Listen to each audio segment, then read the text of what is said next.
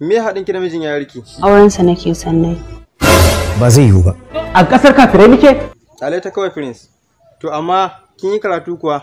Tallan abinci ya fi karatun nawa muhimmanci a kan.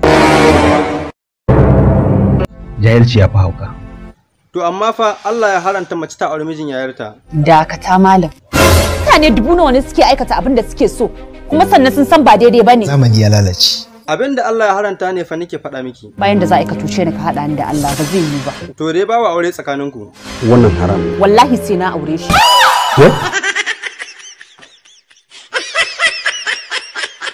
Ya Allah. Assalamu alaikum. Wa alaikum salam. Kai ne Adam A Zango. To dama kai dan ta'adda ne. Wanda bai sani ba ma yanzu zai sani. To ku nawa ne? Muna da yawa. Ya kake ta'addancin naka? Hankali kwance. To yau kaga likita kuwa?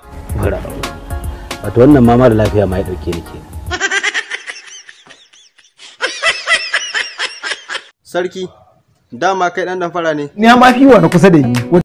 Daman kai barawo ne. Yawwa yarinya, tambaya mana shi. Ni barawo ne. Dama barawo ne. Barawo. Allah yana ji kuma yana gani. Zaki bani da wannan magana ko ba zaki bai? Sarki, gaskiya ka daina sata fa. Dalar rufin baki.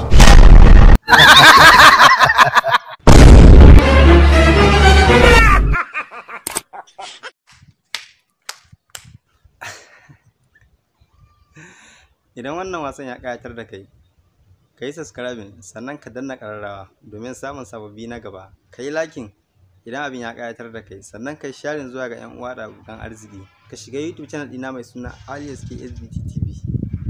Ka yi subscribing sannan ka danna alamar ƙararrawa domin samun sababbin shirye-shirye na a koda yaushe.